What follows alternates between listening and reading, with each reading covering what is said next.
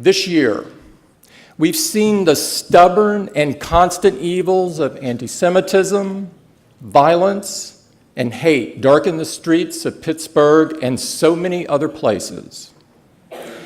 Yet at the same time, we see more and more people opening their eyes and rising to their feet and speaking out in defense of a society where we are all bound together by the values we have in common. I was recently in Brussels, where I heard a speech by an Irish writer named Maria Farrell. Something she said has stuck with me. Despair is unethical, she declared. We have a duty to hope. I'd simply add that if we feel moved by this hope, then we have a duty to heal the world. Jonathan, you spoke very kindly about what we at Apple do to shape this better future. But I want to say a bit about why we do it. This may sound simple, but it's not said often enough. Apple is a technology company, but we never forget that the devices we make are imagined by human minds, built by human hands, and are meant to improve human lives. I sometimes say that I worry less about computers that think like people, and more about people that think like computers.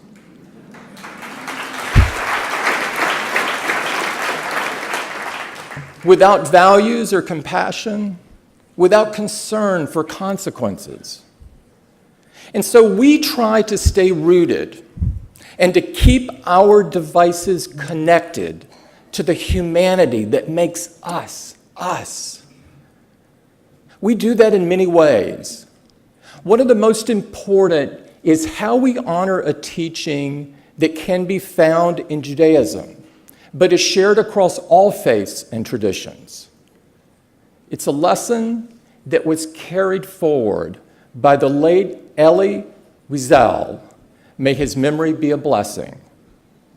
It's a lesson put into practice by America's Muslim community, who raised thousands for the victims of the Tree of Life killings. Lo ta'amod al dam re'eka. Do not be indifferent to the bloodshed of your fellow man. Do not be indifferent. This mandate moves us to speak up for immigrants and for those who seek opportunity in the United States. We do it not only because their individual dignity, creativity, and ingenuity have the power to make this country an even better place, but because our own humanity commands us to welcome those who need welcome. It moves us to speak up for the LGBTQ community, for those whose differences can make them a target for violence and scorn. We do so not only because these unique and uncommon perspectives can open our eyes to new ways of thinking, but because our own dignity moves us to see the dignity in others. Perhaps most importantly, it drives us not to be bystanders as hate tries to make its headquarters in the digital world. At Apple, we believe that technology needs to have a clear point of view on this challenge. There is no time to get tied up in knots. That's why we only have one message for those who seek to push hate, division, and violence. You have no place on our platforms.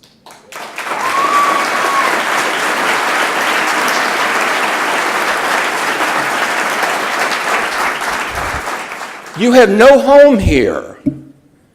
From the earliest days of iTunes to Apple Music today, we have always prohibited music with a message of white supremacy.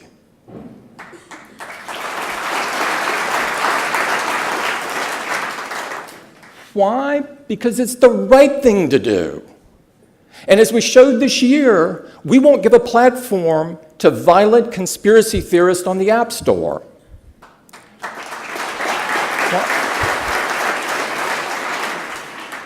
Why? Because it's the right thing to do. My friends, if we can't be clear on moral questions like these, then we've got big problems. At Apple, we are not afraid to say that our values drive our curation decisions. And why should we be? Doing what's right, creating experiences free from violence and hate, experiences that empower creativity and new ideas, is what our customers want us to do. Technology should be about human potential. It should be about optimism.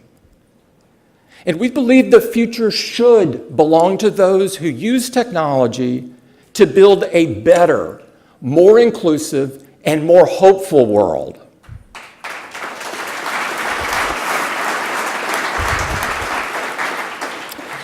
After all, history is full of examples of what can happen when those with power and those who ought to have good judgment instead look the other way.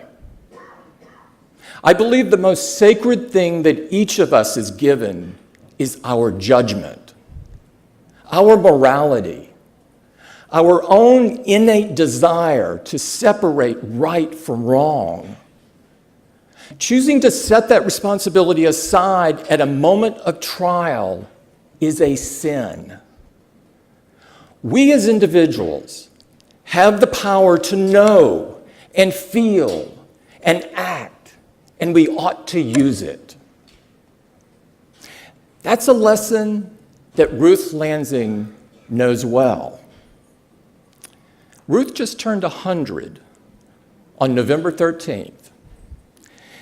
She was recently interviewed by the BBC for a more solemn occasion, the 80th anniversary of Kristall Nacht, an event she witnessed firsthand while visiting Dusseldorf around her 20th birthday. She remembers the shattered windows, the fine china and furniture thrown into the streets, the businesses smashed, the curses of the mob. At a moment when the struggle against hate has renewed importance, the BBC asked Ruth if she had something to say to the world to mark her 100th birthday. "Yes, I do have a message," she said. "We only have one life, so why not use it to make the world a better place?" You might know the phrase, Deus ex machina, God from the machine. For those who don't, it's an idea that started as a bit of an inside joke among the ancient Greek playwrights. Basically, it's a critique of a bad habit. These playwrights like to get their characters into impossibly perilous situations and then rescue them at the last minute by some miraculous twist in the story. Often the actors were even physically hoisted out of danger by a crane or some other elaborate machine. In other words, Deus ex machina is how the first movie critics accused the first directors of using special effects to cover up lazy screenwriting.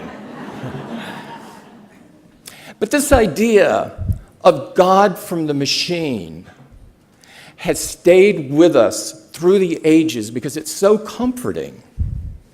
Just when the world seems to be getting more dangerous, just when it seems like the challenges may be greater than our ability to solve them, it's reassuring to think that some technological marvel, some creation of our own hands, will solve the problem for us.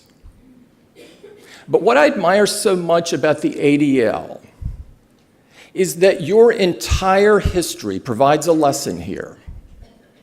If the machines we build are going to help us solve the world's problems. Then the God part, that decency, mercy, and humanity, is going to have to come from all of us. After all, we only have one life, so why not use it to make the world a better place?